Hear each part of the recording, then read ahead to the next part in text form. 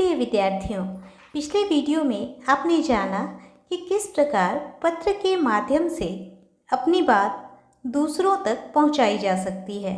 साथ ही ये भी जाना कि आवेदन पत्र, संपादक के नाम पत्र, प्रार्थना पत्र आदि औपचारिक पत्र कैसे लिखा जाना चाहिए।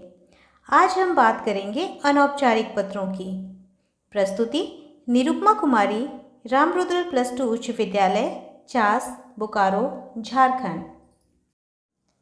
कक्षा 7 में आपने हिंदी पाठ्य पुस्तक भाषा मंजरी में एक पाठ पढ़ा था, एक पाती बच्चों के नाम। यह पत्र भी अनौपचारिक पत्र का एक उदाहरण है। साथ ही पिछले वीडियो में जिस पुस्तक की चर्चा की गई थी, पिता के पत्र पुत्री के नाम, वह भी अनौपचारिक पत्रों का ही संग्रह है। वास्तव में पत्र लेखन एक कला है। इसके लिए बुद्धि और ज्ञान की परिपक्वता, विचारों की विशालता, विषय का ज्ञान, अभिव्यक्ति की शक्ति और भाषा पर नियंत्रण की आवश्यकता होती है। इसके बिना हमारे पत्र अत्यंत साधारण होंगे और किसी को प्रभावित भी नहीं कर पाएंगे। अनौपचारिक पत्र लिखते हुए कुछ बातों पर विशेष ध्यान देने की आवश्यकता होती है।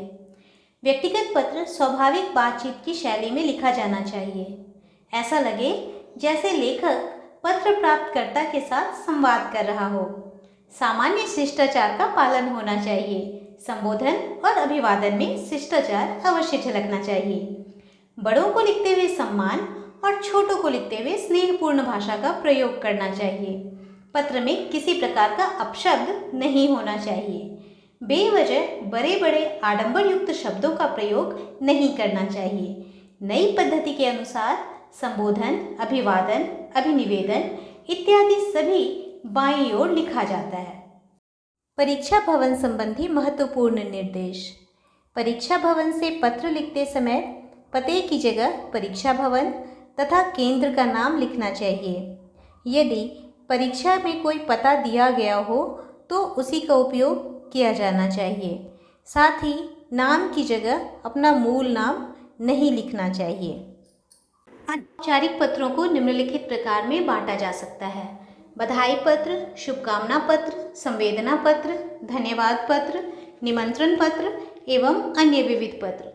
बधाई पत्र अपने किसी मित्र, संबंधी या परिचित की किसी खुशी या सफलता पर लिखे जाते हैं। ये पत्र बधाई की खुशी से शुरू होने चाहिए और शाबाशी तथा शुभकामना से समाप्त। पूरे पत्र में प्रशंसात्मक भाव होना चाहिए। पत्र के मध्य भाग में सफलता के विषय को महत्व देना चाहिए। पत्र लिखने वाले की व्यक्तिगत खुशी का एहसास पत्र में होना चाहिए। शुभकामना पत्र नववर्ष, जन्मदिवस, विवाह, गृह प्रवेश आदि के लिए हम शुभकामना पत्र लिखते हैं। शुभकामनाएं अवसरानुकूल होनी चाहिए। इसकी भाषा हृदय स्पर्शी एवं आत्मीयता से भरी होनी चाहिए। संवेदना पत्र अपने मित्रों, संबंधियों या प्रियजनों को अचानक होने वाली किसी हानि पर हम जो पत्र लिखते हैं वे पत्र संवेदना पत्र कहलाते हैं। इन पत्रों की भाषा सहानुभूति से भरी हो। पत्र की शुरुआत दुख की अनुभूति प्रकट करते हुए होनी चाहिए। दुख के कारण पर टिप्पणी करते हुए हमदर्दी जतानी चाहिए। हमदर्दी जताने के बाद सांत्वना दी जानी चाहिए। सांत्वना देने के बाद धैर्य के साथ आगे बढ़ने की हिम्मत देनी चाहिए। अंत में अपनी सेवा या सहयोग को समर्पित करने की बात करनी चाहिए। धन्यवाद पत्र किसी के द्वारा हमारे लिए किए गए किसी कार्य या दिए गए उपहार के लिए धन्यवाद पत्र लिखा जाता है। इस तरह के पत्र संक्षिप्त होते हैं। ये धन्यवाद से शुरू होते हैं और धन्यवाद से ही समाप्त होते हैं। पत्र के मध्य भाग में व्यक्ति के द्वारा किए गए सहयोग या उपकार के महत्व पर प्रकाश डाला जाता है। पत्र में गहरी आत्मीयता का भाव झलकना चाहिए। निमंत्रण पत्र विवाह, जन्मदिन, गृह प्रवेश, उद्घाटन, वार्षिकोत्सव आदि अनेक मांगलिक कार्यक्रमों पर हम अपने प्रियजनों एवं मित्रों को आमंत्रित करने के लिए पत्र लिखते हैं। ये पत्र व्यक्तिगत भी होते हैं और सामाजिक भी।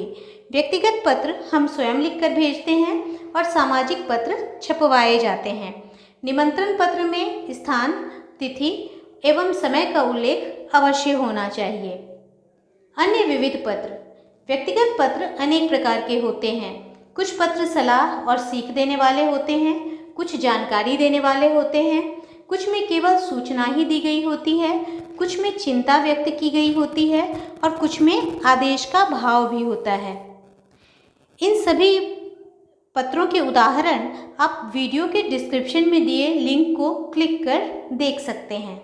औपचारिक पत्र के संबोधन, अभिवादन तथा अभिनिवेदन में क्या लिखा जाए, आइए इसे एक तालिका के माध्यम से समझते हैं। संबंध, दादा, पिता, मामा, चाचा इत्यादि। संबोधन, श्रद्धेय, पूजनीय, पूज्य, आदरणीय। अभिवादन, सादर चरण स्पर्श, सादर प्रणाम। अभिनिवेदन, आपका या आपकी। दादी, माता, मौसी इत्यादि जैसे संबंधों के लिए संबोधन पूजनीय, आदरणीय। अभिवादन, सादर चरण स्पर्श, सादर प्रणाम, आपका या आपकी अभिनिवेदन में लिखा जाएगा। बड़े भाई या बहन, इन्हें पत्र लिखने के लिए संबोधन में आदरणीय या आदरणीय, अभिवादन में सादर प्रणाम एवं अभिनिवेदन में आपका या आपकी लिखा जाएगा।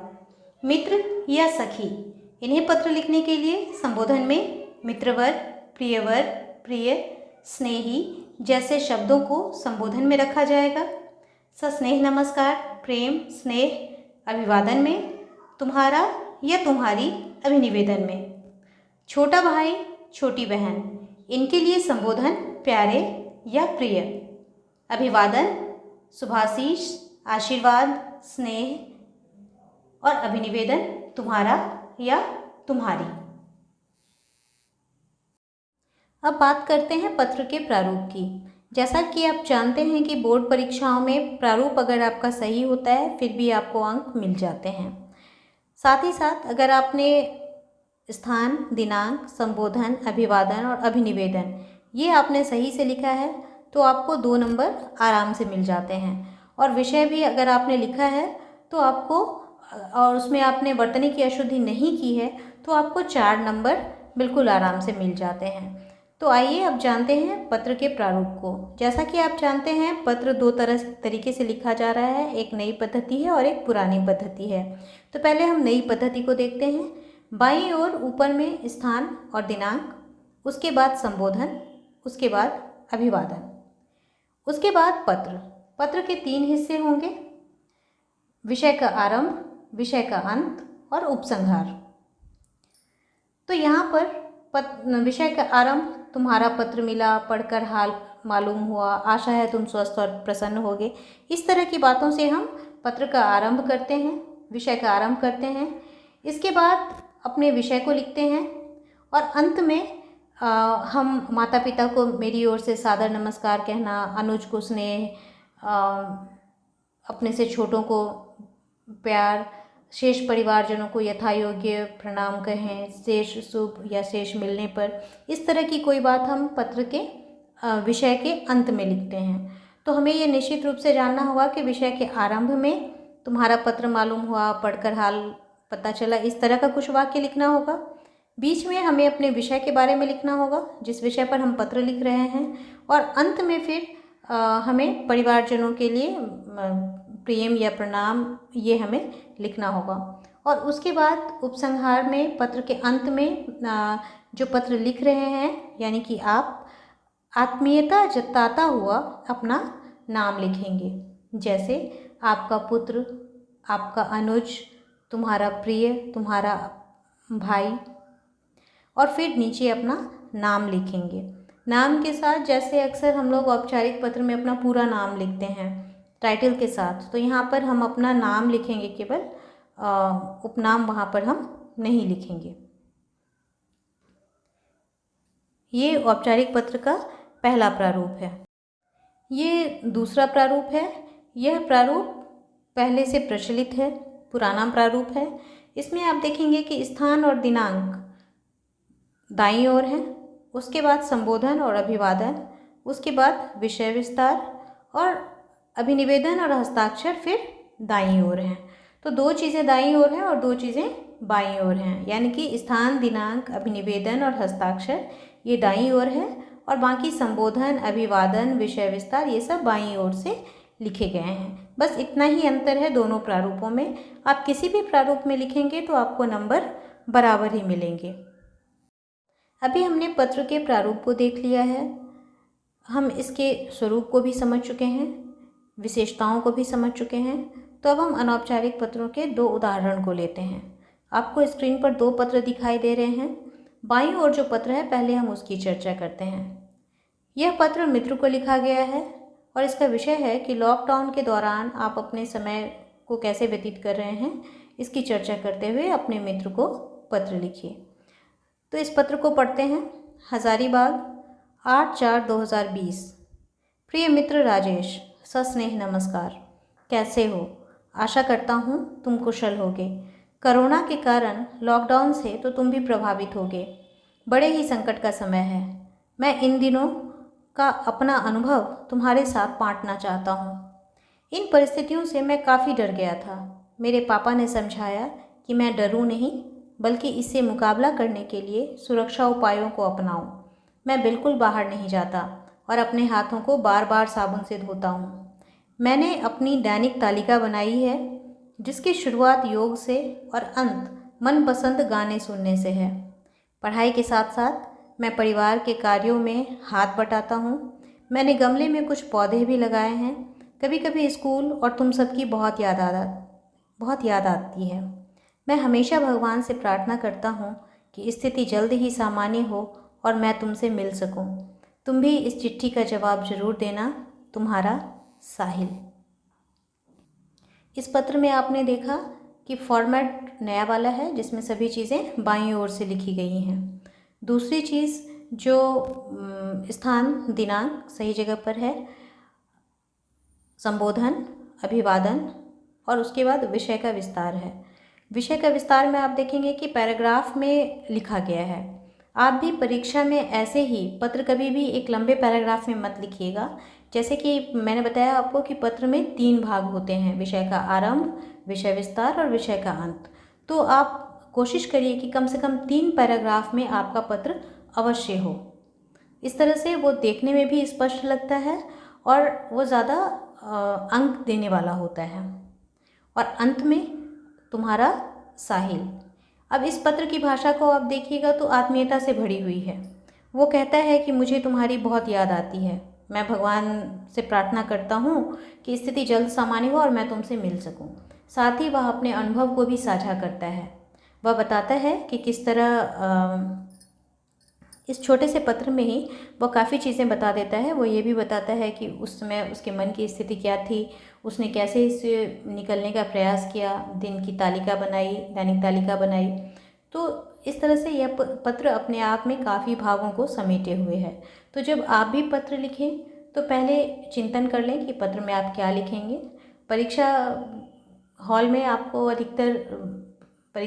तो आपके पास अधिकतर विकल्प नहीं होते हैं। आपको दिए गए विषय पर ही लिखना होता है। तो वहाँ पर आप तय कर लें कि आप इसमें क्या क्या लिखने वाले हैं, इस पत्र के ज़रिए आप क्या क्या बताने वाले हैं। इसका एक खाका अपने मन में खींच लें और इसी प्रकार विषय को विस्तार देते हुए 3 भागों में लिखें और फॉर्मेट का पालन करें। निश्चित आपको यहाँ पर पूरे अंक मिल जाएंगे। अगले पत्र की ओर चलते हैं। संक्षिप्त सा पत्र है। यह एक पुत्री के द्वारा अपनी माता को लिखा हुआ पत्र है और इसमें उसने चिंता व्यक्त की है अपने माता की गिरती हुई सेहत का उसे पता चलता है और इस बात पर वह अपनी चिंता व्यक्त करती है।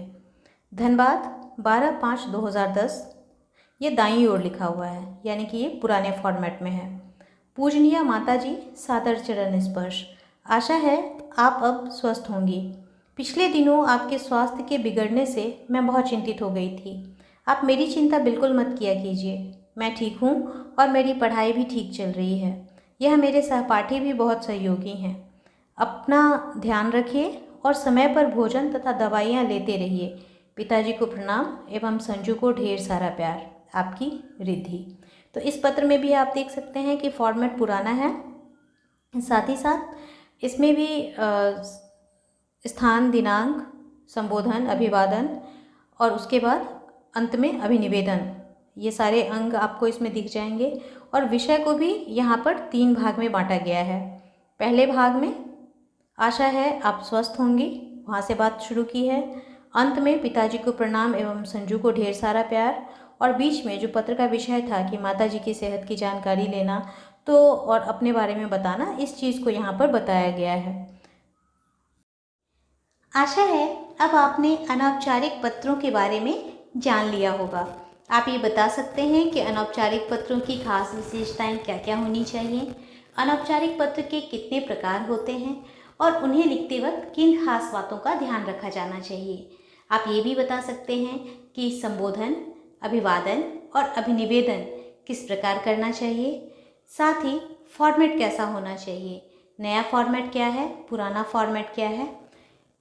इसके बाद आपने 2 उदाहरणों के माध्यम से भी यह जाना होगा कि एक पत्र लिखन का एक अनौपचारिक पत्र का स्वरूप किस प्रकार का होना चाहिए। अब इसे और अधिक समझने के लिए आपको अभ्यास करने की ज़रूरत है, जिसके लिए कुछ उदाहरण और साथ ही बोर्ड में पहले पूछे गए प्रश्नों का सेट आपको इस वीडियो के डिस्क्रिप्शन में एक लिंक दिया है, जिसमें PDF के माध्यम से मिल सकेगा, जिसे पढ़ने के बाद आप अपनी समझ को और बेहतर कर पाएंगे। तो इस व्यस्तता भरे युग में कभी कभी पत्र लिखिए, केवल परीक्षा के लिए नहीं, अनौपचारिक पत्र अनौपचारिक रूप से अपने परिवार, मित्र एवं सगे संबंधियों को। धन्यवाद।